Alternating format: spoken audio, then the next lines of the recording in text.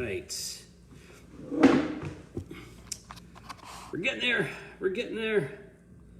Let's see.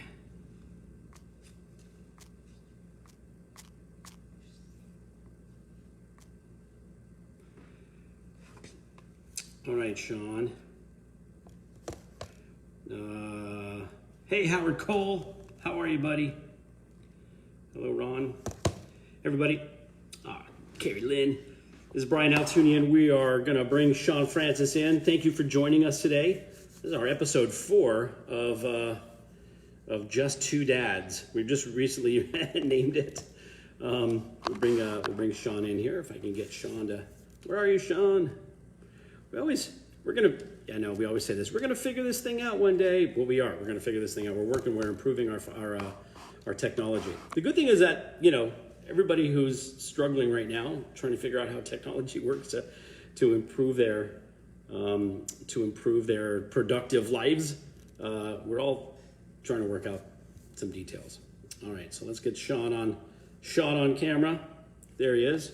Shawn wants to be in your video. Let's do that. Oh, I put him in my ears so you can hear me better. We're adding Shawn. We're connecting Shawn. I feel it happening. Shawn Francis in the house. Hey. All right. You got it. How are you? I'm good. Got to put you in my ears so I can hear better. I have gone from good to great. I was good before we got started. Now I'm okay, great. Excellent. I'm going to make some adjustments here.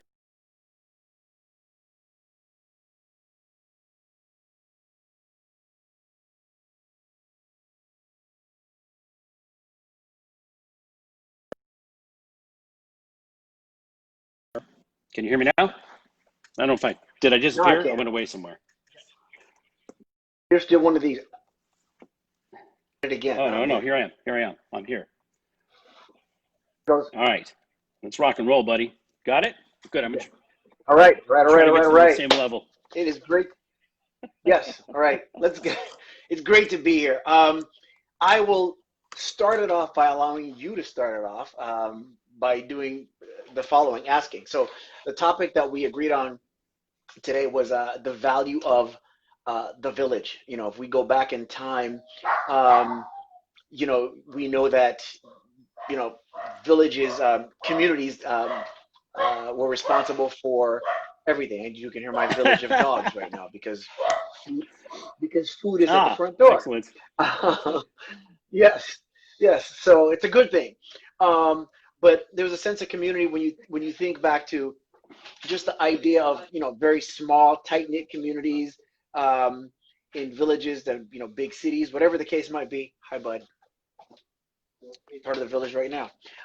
Anyway, and for anybody to achieve anything worthwhile, even if you think of the most independent, self-made millionaire, business, whatever have you, there are a handful of people in the path of that individual that is responsible for their success. So a village and a community is immeasurable in its value and priceless. And I think that several things right now with the division that is in this world and in this country, our village is sorely divided, and there is some unity that is needed.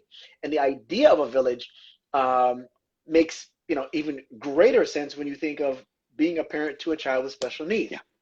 When you receive your diagnosis, whatever it might be, or if it's catastrophic injury, you instantly become a part of a community which you may have known nothing about. And depending on who the person is, they will either retreat within themselves. Oh my gosh, I've got this problem that I have to figure out. There's so many perspectives you and I have talked about, especially if you're a single individual versus someone that's in a relationship or married. But I know for us, and I'll be willing to speak to that in a moment, what it was like to become a member of and add to the sense of community that we belong to upon Elijah's diagnosis. But if you will talk about the village that you became a part of, and that you guys were able to lean on and have people lean on you as you gleaned experiences and stuff like that with Jordan's diagnosis. Yeah, sure. No, I think it's a good subject. I love that we're doing this. We're sort of tackling conversations that, that cross a lot of areas. So I think this is a very cool, it's a very cool topic. When Jordan was about 18 months and we got her diagnosis of a learning disability, there were a bunch of terms that our neurologist threw out at us that frankly, I had no idea what any of it meant, right? I'm a one-man village, all right? Carrie Lynn, you're not, because you're here. We are here for you. So this was great. This is actually part of the conversation. So, but just to finish the story, we were diagnosed with a learning disability and a bunch of other words that made no sense to us at the time.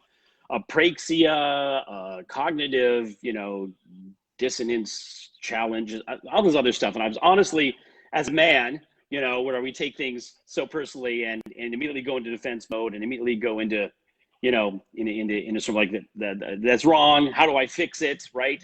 Whatever it is. It was like the Charlie Brown commercial for me. Right? It was a Charlie Brown cartoon for me, right? Where the doctor was talking at her, wah, wah, wah, wah, wah, wah. It didn't make any sense. But we caught some words. And this was now 22 years ago, when the internet, access to the internet was, AOL in the little discs that they would send you in the mail, or Prodigy, if I remember Prodigy, early on, right? And so we didn't know where to go. So we just went into whatever that search engine was prior to Google and just started typing in apraxia, learning disabilities, disorders. And the world, first of all, I think that people who are dealing with challenges of special needs family members, we kind of don't, to some degree, we kind of hold it all in. We don't really share until we have an understanding. Because, the minute you share, oh, by the way, I was diagnosed with something, the first question people ask are like, what's that? What does that mean? And all the questions that you've thought of, or even those that you haven't thought of, start coming. So rather than face that challenge, I think most people go, I'm not going to tell anybody until I know what it is.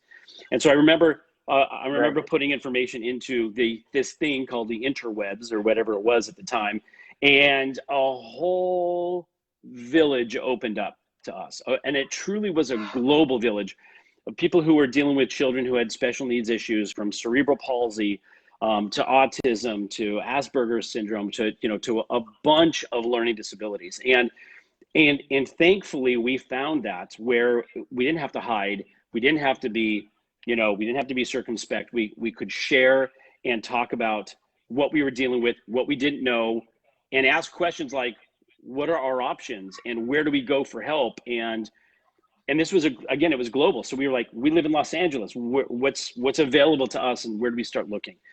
And that was invaluable. That's where we got in touch with a regional center and early intervention programs. And it put us on a path to find answers and be advocates. And that was the other thing the village told us, was like, there oftentimes, as a parent with a special needs child, you have to be an advocate for your child. And so that was what we learned. We learned that basically I think that's partially what a village does. They prop you up, they hold you up, they give you some answers. At least they set you on a path to discovery. And so that was our experience, our first experience at getting a village. And we have created and been a part of a number of villages since, from early intervention programs to all of the other schools and all the other things that we've done with Jordan. So, so that was the beginning of seeking out and finding answers with people who could relate to what we were going through. And how about you? What was your experience as you guys were going through it as well? It was interesting because without assigning roles to each other, I would imagine sometimes, couples do that, you do this and, I'll handle this because you're good at A and I'm good at B. But I think more often than not, it'd be interesting to see the statistics. I think people more than likely fall into the roles that they naturally gravitate to than being assigned to it, because I don't know how much strategic thought goes into it. And for us, what happened is that Laura's the detective. She's the queen of research. She'll go find out, okay, this is what this means. This is what that means. Let me look this up. There's these different options. When it comes to, she's just that way naturally. So when it comes to something that we're going to purchase, a major financial decision, anything new that we're going to try out or whatever, she comes back with the information, and she rarely makes like a bad choice. Like before we bought the home that we live in, we rented one, and I saw it the day that we moved Yeah. in, and I didn't even realize that. Wait a minute, I wholeheartedly trust your guidance and your choice, because I'm the type of person where, generally speaking, a decision like that, I want to see, I want to have an idea, So by saying that, she gravitated towards that. As a result of being here in a format like this, I gravitated towards physically connecting with people, in terms of out gatherings and things like that. So one of the first things that she brought to my attention was, the childhood, oh my gosh, the Childhood Development Institute in Woodland Hills, um, and great relationship with the people there, the therapists and the aides and everything. That's where Elijah first had his early intervention. And then, in order to break some of that, because therapy took place there, I think it was maybe 2 or 3 days a week, and then and each of those days, might have been 3 or 4, I don't remember, but that was in the morning. And then in the afternoons, they would come to the home, and that came through the regional center and everything. But she also found a Mommy and Me group, and as a result of doing the business that that we're in together, I had more of I had a little bit more flexibility with regard to my schedule. So I took him to the therapy, and then I took him to the Mommy and Me, and that wasn't for anybody with special needs or anything. I was the only dad in that group to begin with, and it was just to keep activity going and everything. And those are the first signs of a group, kind of connecting with people. And it's funny, is the first time I'm realizing this as I'm saying it out loud. In that group, I'm still in touch with some of those people going back 14 years now. Wow. But not that often, and the connections weren't as strong and deep, because, quite frankly, most of those kids all of them, from what I recall, were neurotypical. They didn't have any special needs. So there are the things that you go through that everybody does, and as a special needs parent, you tend to blur the lines between, this is something that we're dealing with, you wouldn't necessarily understand. It gets very easy to blur the lines between that versus that, which is an issue for any kid and just part of growing up. And so kept in touch with some of those people. But then when we ended up moving to Burbank, where we lived for, 7, 8 years, something like that, within that community, there was the village really, really grew from there, very, very organically. Matter of fact, I'd love to have and have reached out to, but there've been scheduling conflicts, to get some of the people from that village, which is still my village, to be here on the show, because we came together in more ways than 9. So Elijah had no schooling experience, and you tend to hold on to your kid a little bit, especially if it's your first, and he was my first biological, so I was that way to begin with. Then we held on a little more with the diagnosis, and that's when you're fighting the balance between teaching your kid to fish versus getting fish for them and doing everything and protecting them and nurturing them. And so when school came about, there was separation anxiety for him too. And so what happened is, I take him to school, you go to the gate where you drop him off, and there would be this, crying and everything. And again, him too. So, That's funny. Yeah, but they were really great. So that was the first semblance of the village, because they said, well, you know what? Here's what you can do. You come into the class, walk him to the class, then gradually, one day where you leave him gets further and further. So you leave him in the classroom there for a couple minutes, then you leave. And I had to resist the urge to stay as he would cry for me. This is, I wouldn't think of something like that would give you pause, but it does when you think back about it. But that took place eventually, and that was in preschool. And as we began to, he got into grade school and everything, we were just really blessed with a great district and great teachers and aides and everything. And then when he was in going from elementary to middle school, he was at the elementary level part of an autism program that hadn't existed before at the school that he was at. And one of the girls in that program was getting ready to go to middle school. and we looked around as parents, because what we would do is, and this is probably the biggest seed for the village, most kids get picked up in front of the school.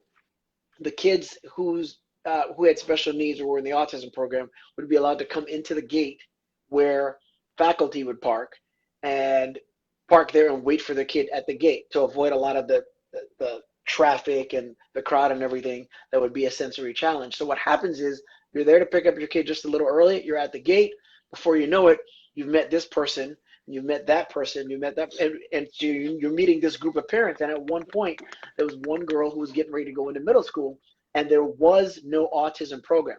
There was special ed and general education. And that can leave a kid kind of caught in the middle. And we realized, you know what, there is no program at the middle school level. We put a group together, a support group together, and met with the district over the course of about, I think, maybe a year, and they heard us out.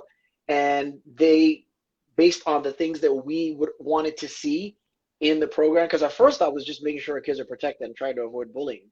And then they asked what we wanted the program to consist of, and we know what those things were. They heard us out, the program is put in place, and then we kept in touch as the years went by. And the one thing I found out with that in particular is that people are people. If we can remember that, the world would be so much more of a better place. We have to treat people individually and be more childlike and not childish, which you've heard me say a lot. Ask questions, accept people for who they are, and meet them halfway.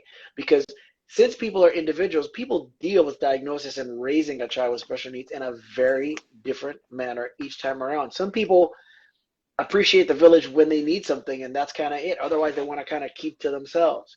Right. And based on their upbringing or their job or whatever the case, that might have something to do with it. But that village has grown to a relationship with many teachers, aides, and administrators and things of that sort, in addition to parents and other families and stuff like that. So that's what's been great for us. And so as a result of that, then I belong to several groups I started myself, where you're able to raise your hand and kind of ask the question, has anybody ever dealt with so-and-so? Or answer the question when someone else raises their hand.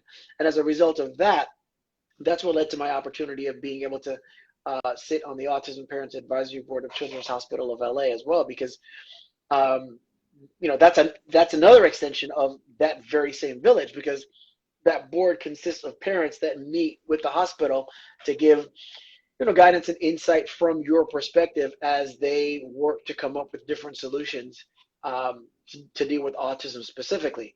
But it's, you know, and some relationships are closer than others, but it's been a very great lesson for me in terms of respecting people and learning more about people, and again, some of the same things that we've talked about, which is that, you know, for some people, your biggest nightmare is somebody else's dream too. Yeah, I mean, listen, I think a lot of the stuff that you said covers a lot of families with neurotypical kids. I mean, I think separation anxiety at school, how your safety about your school, concern about bullying, a lot of those issues. I mean, I don't think don't have to have a child with special needs to, you know, to deal with those kinds of issues as a parent.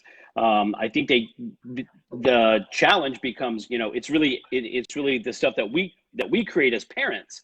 Like, we've created the idea, like, oh, my child needs to be more protected because they have special needs, you know, or what. And listen, I remember when Jordan was in high school, she was in, you know, our goal was to try to get her into mainstream school as thoroughly and as much as we possibly could, because, you know, just because this, you know, the stigma attached to, you know, special needs classes and all of the stuff that's, by the way, who cares at the end of the day, right?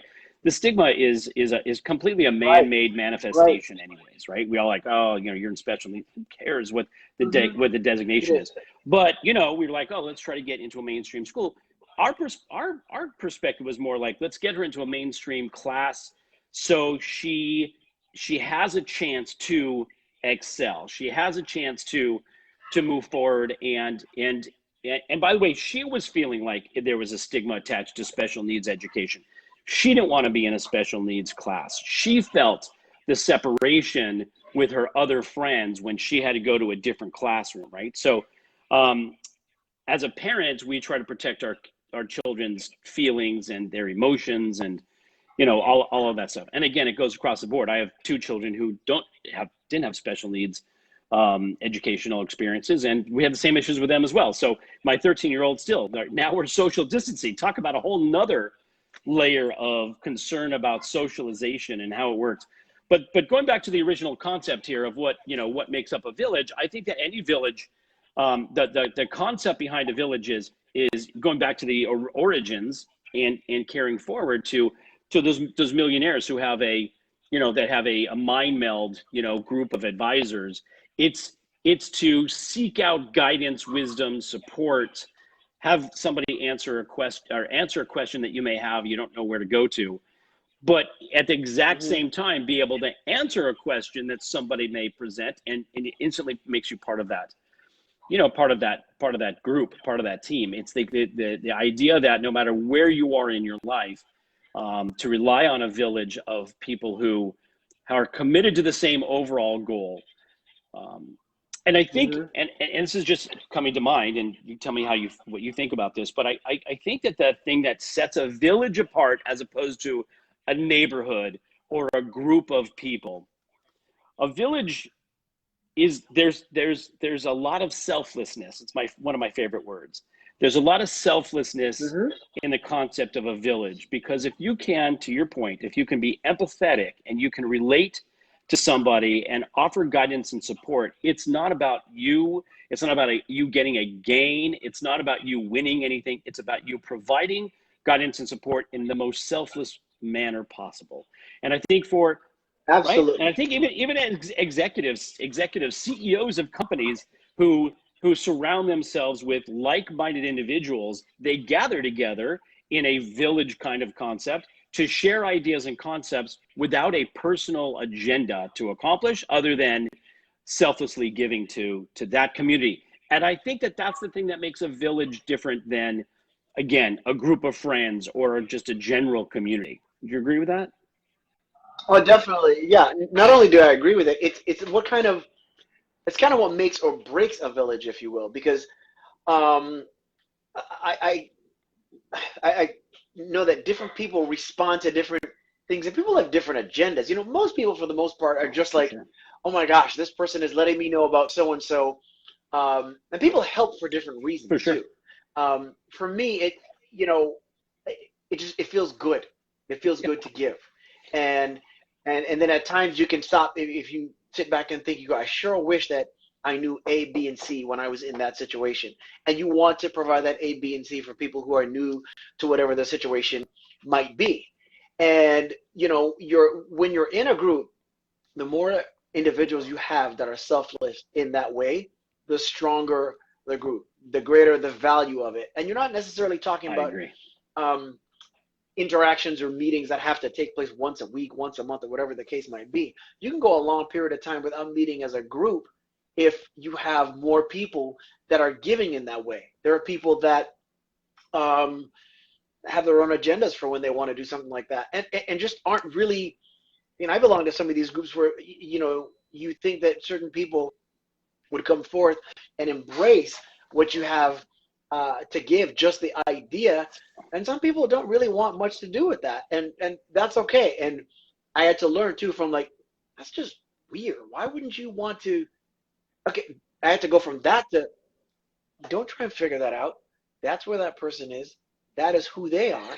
Allow them to be who they are. But that's unique to you. That's not general human nature, right? General human nature is to think, like, what's in it for this? Why is this person doing that? Why is, you know, we try to figure out. Yeah. And by the way, I just think that that's just normal way of being. Like, why is that person saying that to me? You know, but you know what that does too? That's where it hurts, and that's where I've learned too. Because if that is your mindset, your come from, your being, when you have someone in an environment like that question your intentions. So that's part of the reason why I am the way I am, which is like, I offer what I offer. I just, you know, that's it, because I can't control that part. And I had to learn that by being in situations where people, you know, most people receive, but some people kind of like, you know, that's got nothing to do with you. I would say though, let's bring in, because I want to make you know, Carrie Lynn had made a comment when we first got started. How do you, right? How does somebody seek out a village, and what are they seeking out, right? When they try to become part of it? Because I think, again, if we have the perspective of that the world is people are generally selfish. I hate to say it that way, right? But they're generally selfish, or they've got some agenda. We are a little circumspect, and you're evolved, Shawn, but you're evolved because you've worked on your mindset and put yourself in a position of being selfless. And I'm not saying, by the way, I'm not referring to Carrie Lynn as somebody who's not involved. She's evolved. She's very evolved. But when you seek out a village, you have to really find yourself. I think you have to try to sort of find people who can selflessly give. Who don't have an agenda, who are willing to, because once you're in that kind of environment, then you would feel like an outsider if you didn't have that kind of concept within that group, right? Imagine sitting around with a table of people and everybody has, this sort of selflessness, construct, and the first person who walks in with, that kind of goes against that or violates that construct, it's noticeable right away, and they're kind of naturally bounced out, or they assimilate, right? They grow into that and they evolve. And I think that, I mean, again, there's the idea of finding yourself in a group of people that becomes your village, and seeking out a group of people that become your village. And there's a bunch of different nuances to each one of those things, depending on ultimately what your goal is. In our business, we'll talk about our business for a second. In our business, we always say that you don't want to be the smartest person in the room. When it comes to talking about things like finances and financial support and, ways to build your money, grow your money, you don't want to be the smartest person in the room. You want to surround yourself with people who are smarter than you, who can pull you forward, right? And by the way, they will contribute, they will give of themselves and give of their minds and their mindsets to contribute if you can be in that receiving end. And that's a little different than what we're talking about, which is, families in the special needs community who I think there's a relatedness, right? They relate to you. And so there's just a general giving, because we've been there, we know what you're going through. This is how we dealt with it. This is where we can point you in the right direction. Am I making sense? I'm just sort of blabbering on here, but. Oh, completely. No. That makes complete sense. And that's also why there's a measurable value in us knowing who we are.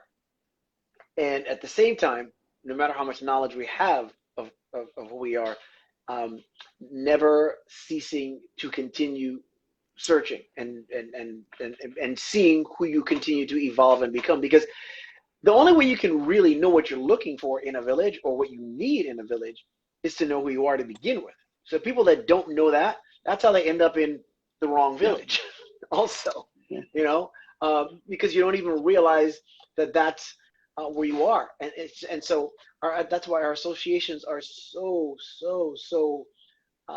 valuable and so important. And the first association is with yourself. Do you really know who you are? Because you can acknowledge who you are as an asset / fact, or an excuse, right? And we've all heard both. The excuse is, that's just how I am. Sure. If it's something that doesn't serve you, I've just always been that way. Yeah. So why would are you okay with that? And then there's the, well, that's how I am, or that's what I like, I tend to, so that's why the critical thinking is so important. What do we, do you think about? If you do that, it dictates who you choose to be around, especially in an unconscious manner. Because in a situation like raising a child with special needs, the village is huge. It's everything. And what a person needs, the first thing a person needs to know generally with any kind of diagnosis or circumstance which makes them a part of the special needs community is to know that you're not alone, especially if it's something that you 100%. Haven't experienced before, because that's your first thought. Nobody knows what I'm going through. 100%. Yeah, no, I totally agree. And I think that's kind of, I think that's what happens. And again, not to get into the, to specific details with Carrie Lynn, but we know a lot of the same people. And I think that when you go into a situation and you're like, I need some support, and I'm going to gravitate towards this group of people that accept my child for who they are. I'm hoping that I can get that support. And we often get disappointed where our child has some peer acceptance, yet the parents of that in that village don't give you the same thing, or don't give you what you need. You've got to balance that. Like, do I look elsewhere, or do I just, kind of bite my tongue and do this because it's for the better, for the betterment of our child. And I think that's, Right. early on, as you seek out a support structure, seek out a group of people, because listen, we all know, no matter what, whether you're a single parent or, or you're a kind of a four-parent situation where parents have divorced and remarried and other partners are in, right? Yeah. So those are Right. that's a whole nother level of challenges, right? To make sure that everybody's on the same page. But I think regardless of where you are, single parent, a typical, family unit, the extended family unit, I think that you have to seek out those things that are going to further your efforts, what you're seeking for. And when there are challenges in bringing that on, I almost think that the first step to do, especially if it's continual, like you keep hitting your head against a wall trying to find the right village, I think it requires a little bit of internal rethink of like, well, how can I give that same thing that I'm trying to receive, right?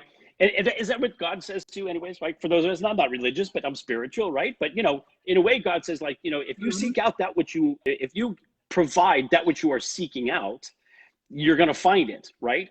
But Right.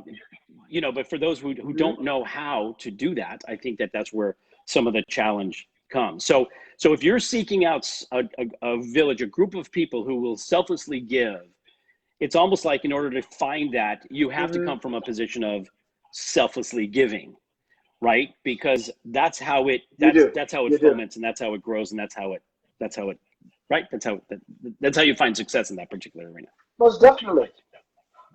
It is. And when I talked about people being, individuals, I know, and some of them may be watching now, they may see this there on Facebook. I know people that have their own idea as to how, well, let me back up several things.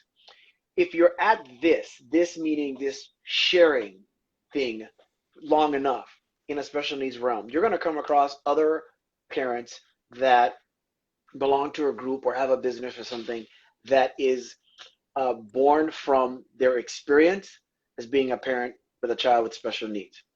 And amongst those, you're going to find that different people have different ideas as to how to go about helping people that may not even mesh with yours. So when it comes to, I know people that have, whether it's a support group or whatever the case is, and they're not on the same page with me or vice versa, and that's okay. And that's the same thing with the group where you have your village and people just have a different idea as to how something may be done.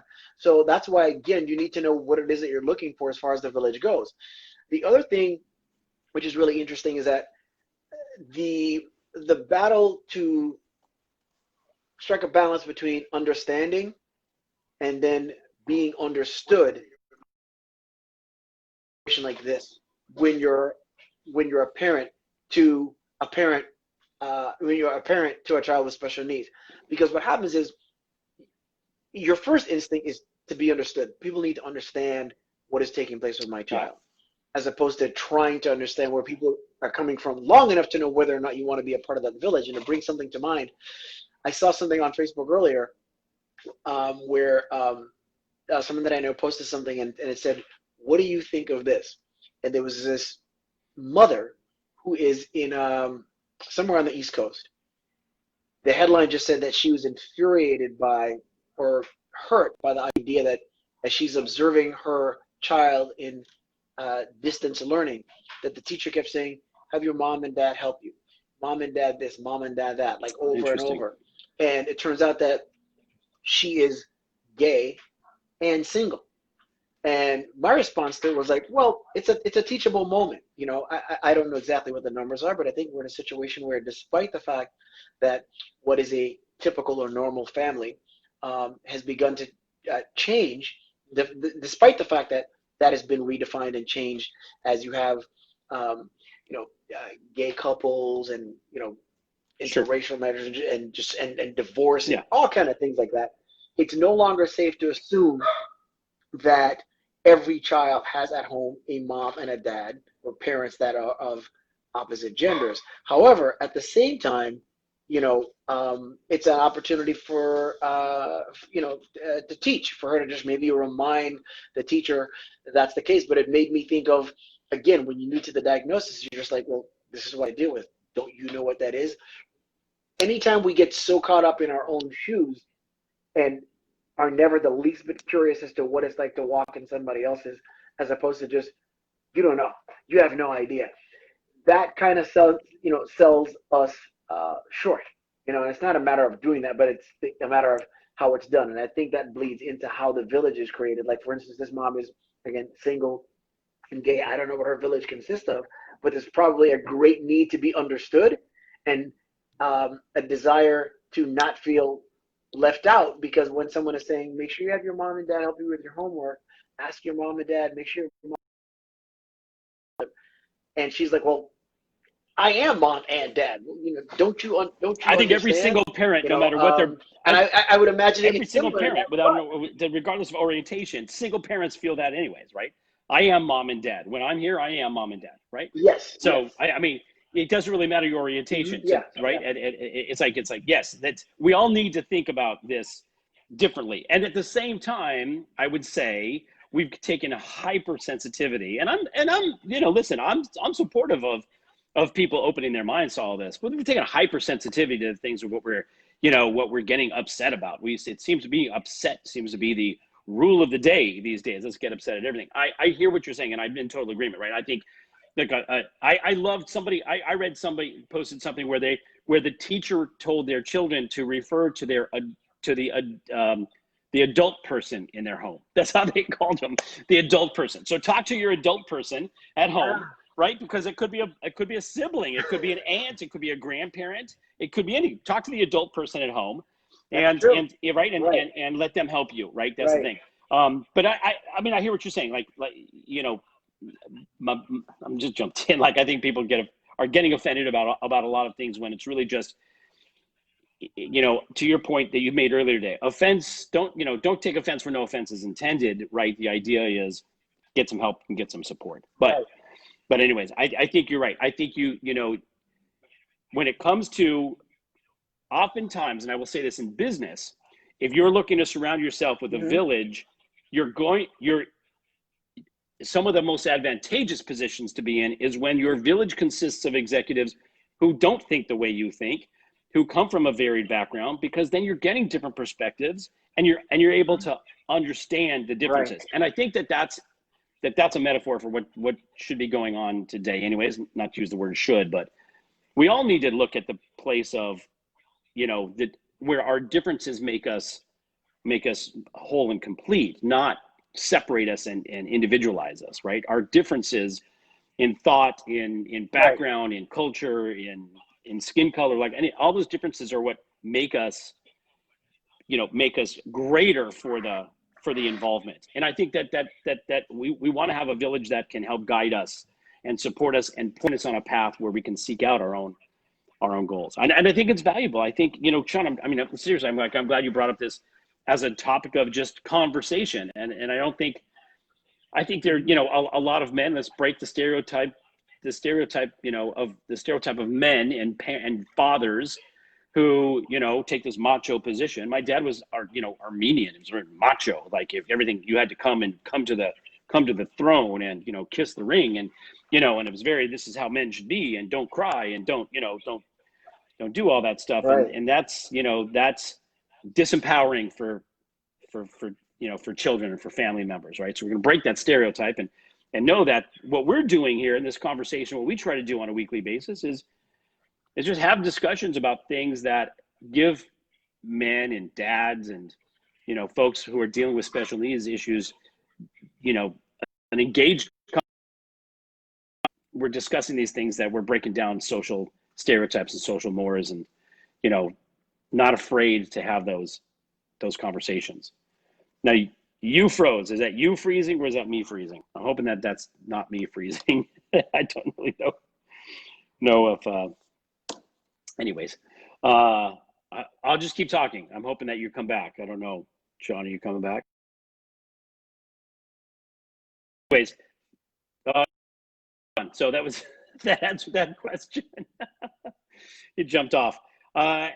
Listen, again, we're going to put out a list of the kinds of topics that we're going to talk about here over the next several weeks. Shawn and we're going to bring folks into the conversation who have services and, can provide support for families who deal with special needs. And we're not shy to have a conversation about those issues that parents go through. But again, from the perspective of dads who, like, we've had to swallow our egos and, come up with a new way of relating to our spouses, our children, our family members, and we've grown from that. I think that Shawn would say that, we both have made strides individually. We're constantly evolving. Our goal is to constantly find a better place and make the world a better place to live in. And so these discussions that we have on a weekly basis are keyed around just general topics that we want to share with families that that you may hopefully spur some thinking on your end, give you some resources of some things to think about. So that's kind of what we're doing, and I'm getting notes and text from everybody. So hey, everybody, thank you guys for being on this. We're going to go for a little bit longer. Hopefully Shawn will jump back on, and if you have any comments, if you want to put any comments down here, I think I can read the comments. If you've got anything to add, things that we should be talking about, we're going to bring on. We have some folks. Next week we've got a really great really great topic. On the 30th, we have an amazing topic, and we're going to have a guest on there too. So it's going to be a three-way conversation. We've got people who deal with things like student loan debt, not pitching anything, and we're not trying to sell anything. Just as a matter of support for families who, especially when it comes to the special needs community, they can seek out, families can seek out educational resources and therapeutic resources and occupational therapies and whatnot. And we want to also let people know that we're a financial resource. We're a resource of our company. There you go. Shawn's coming back in. Our company has the ability, let's approve Shawn, let's bring Shawn back in, to provide financial support to families too, to know that just as a village surrounds us. Hey buddy, welcome back. Are you with us? Hey. It happens. Let me just finish the thought that I was talking about you while you were gone. Go ahead. That, as a financial resource to families when you're dealing with those things and not sure where to go next. Again, for Jordan's mom and I, when we first were diagnosed, knowing that we could go, knowing what a regional center was and we could go to a regional center, or knowing that we could get to an early intervention program and what that meant and what that was going to provide us, it was invaluable. And that was great. And if somebody said, oh, hey, by the way, here's a financial resource that you can look into that will provide some pathway for you. So as you're inundated with all of this, all the stimulus, that there's a financial support for you as well. That's the business that Shawn and I are in on a professional level. And that's the kind of support that we want to offer our special needs families. And that's a member of your village. And we want this to be a place that you can come to and look at this as your village, whether you're, in the special needs community or somebody who has a special needs family member. We have the resource. And so some of our future topics as we go through this over the next few weeks will be to bring in people who have some financial support and can be part of that village for you. We want you to feel like we're part of your village. We can add to what you're doing and help you come up with that. And last comment, and then I'll stop talking, Shawn, and bring you back in. I'm sorry that we got cut off there, but Okay, no. Similarly, one of the things that Shawn and I talk about a lot is life insurance. And if you think about it, when someone's dealing with the sudden death, and I don't care how old you are, a death is always sudden. Even if it's expected, the day of the death, it's still sudden. It's a removal of a spirit from your life. That conjures up so many things for most people, right? Emotional, psychological, mental, brings up a lot of stuff.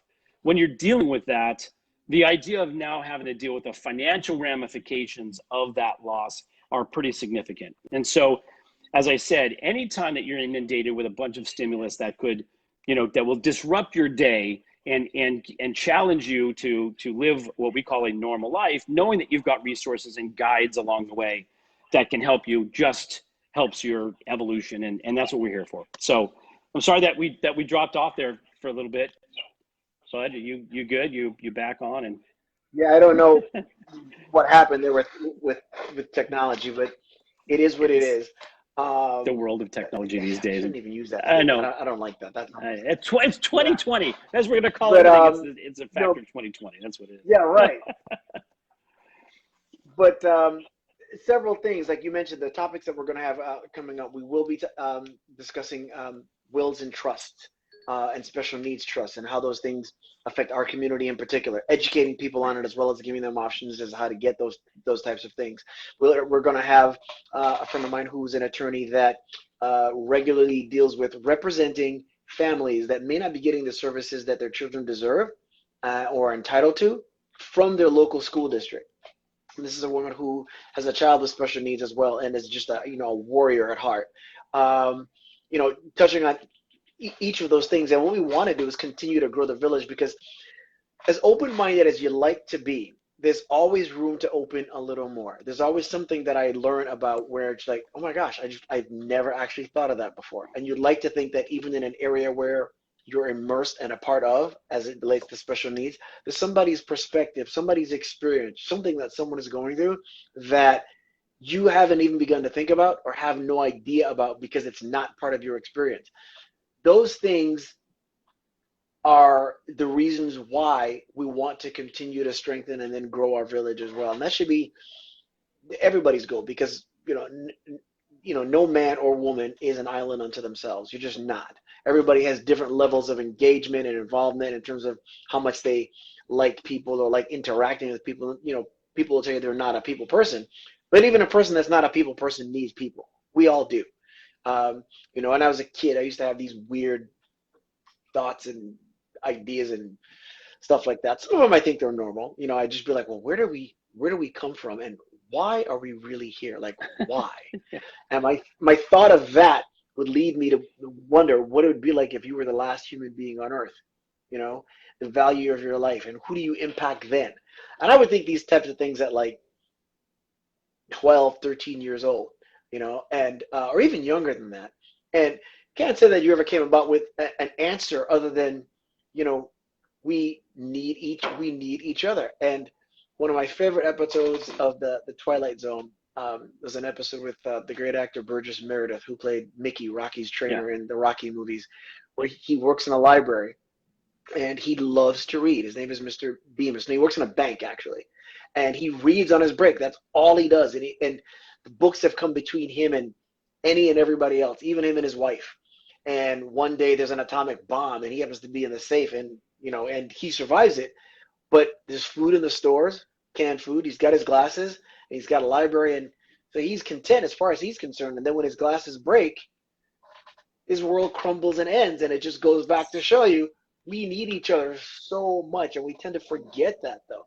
That's why, like, I've literally on days if I wake up and maybe I'm not feeling well or something like that, maybe it's just actually being tired, or even if I am sick, when I interact with somebody and there's just the slightest bit of appreciation for maybe something I say or whatever, I realize, like, after the conversation, what I was feeling is either greatly dissipated or else it's gone.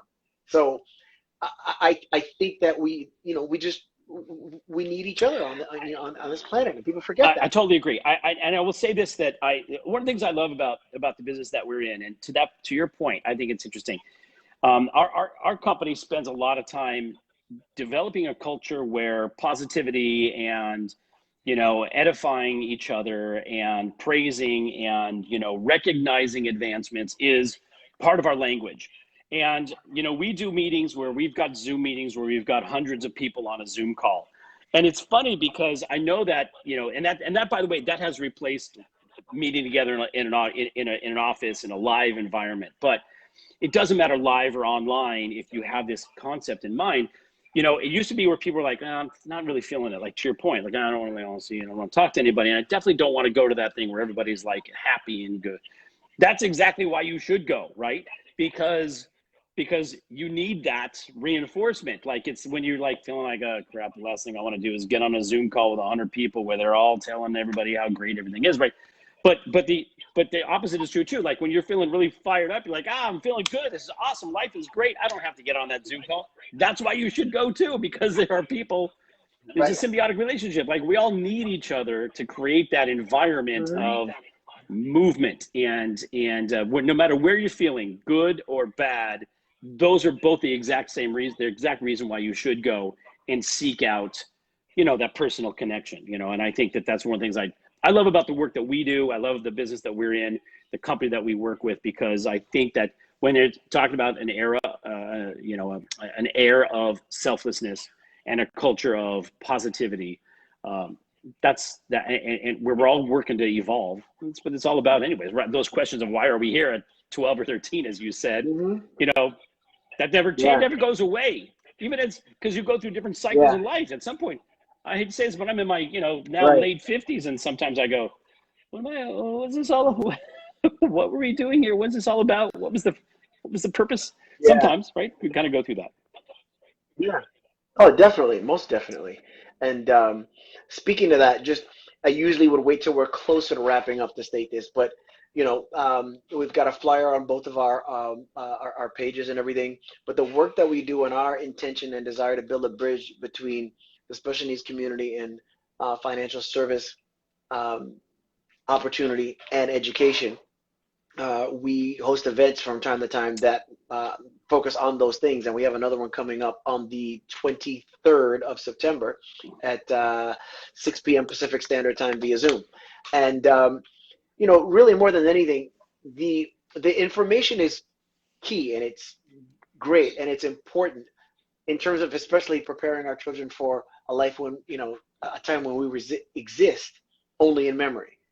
But being a part of anything where you get to become all that you're meant to be and might want to be, and just around like-minded people, and again, just strengthening your village, that's the best part about being able to do something like that. And that's why I encourage everyone to join us for that, because I think it's going to be great. It's very, very privileged and blessed work that we're able to do. For sure. And again, just to reiterate, we do those presentations for the general population, but Shawn and I specifically went through a whole approval compliance issue to build a new presentation specifically to address the special needs community. So we do those really about once a month, once every 5 or 6 weeks, where we'll do a very specific seminar around that. By the way, it's free. It's an hour presentation. It's online. It's on Zoom. So we don't blast it out. We really, we want people to register for that, just so that we can make sure that the message is, is I don't want to say controlled, but to some degree controlled, and that we're addressing the right, the right folks. But so thank you for bringing that up. That's next week. Oh my gosh, it's next week already, right?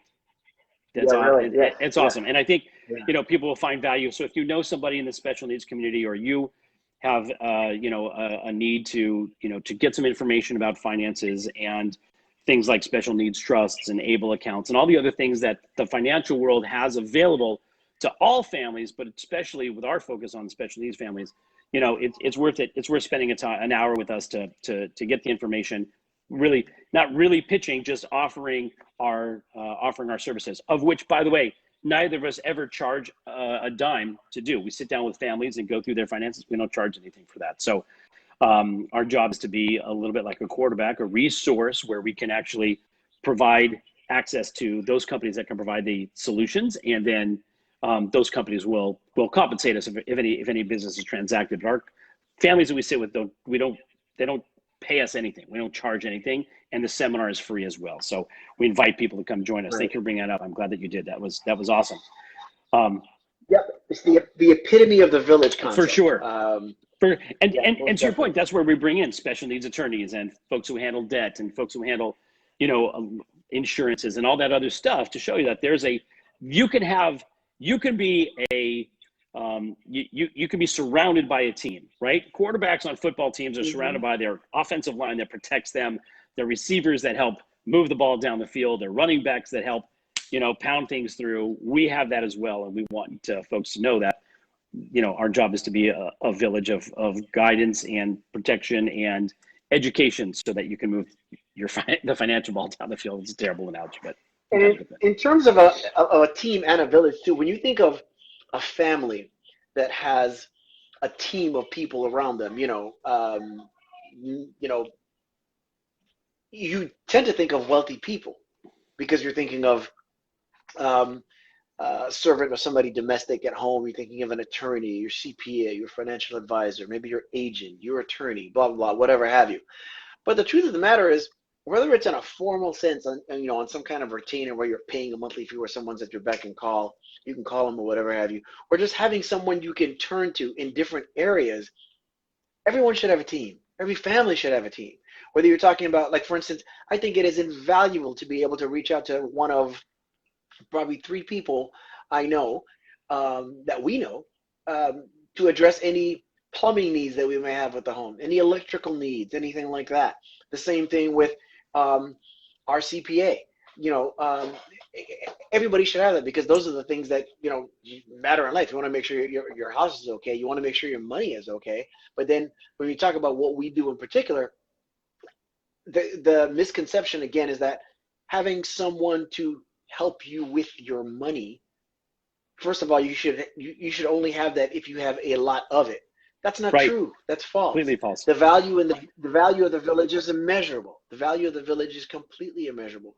And so that's why, again, going forth, we're going to have people on here that service a bunch of different areas of the special need experience from a parenting standpoint, whether it's someone that's new to a diagnosis, new to a situation, whatever the case might be, because every now and then you still have the feeling, and I think that my wife Laura would tell you, every now and then you still have a feeling that what you're going through, somebody doesn't understand, even if you don't say it out loud. You're kind of like, you just like you don't know. And there's some truth to it in that, when there's finicky eating or sensory issues that a child may have, there's family members who would take a bullet for you that are like, why doesn't he eat? Why don't you just give him so and so? Because it's tactile. He's not going to eat. It doesn't. Never mind. Yeah. But at the same time, again, we have more in common than we do otherwise. And when you feel like that you're alone, there's somebody else out there that is experiencing the same thing. And the smaller your village, the less likely you are to know that. And then for anybody out there who really is looking for and needs some kind of support and everything, reach out. Let it be known. There's a village waiting for you someplace. You have local resources that you don't know about, and if they're not there, reach out to us. But then the other thing is, there's people that may not gravitate towards sharing and being in a group, all that kind of stuff. There's value in knowing what's out there and that other people are going through similar things to you. Yeah, for sure. It's important to make sure that for sure. Well, but we're coming up on the end. For those who have joined us at the last minute, I'm Brian Altounian. This is my colleague and close partner in crime, as we can say, Shawn Francis. Shawn, fathers of children who have been dealing with special needs issues for a long time, and our family members have been dealing with that as well. We're partnering. Yeah, exactly. So we do this every week.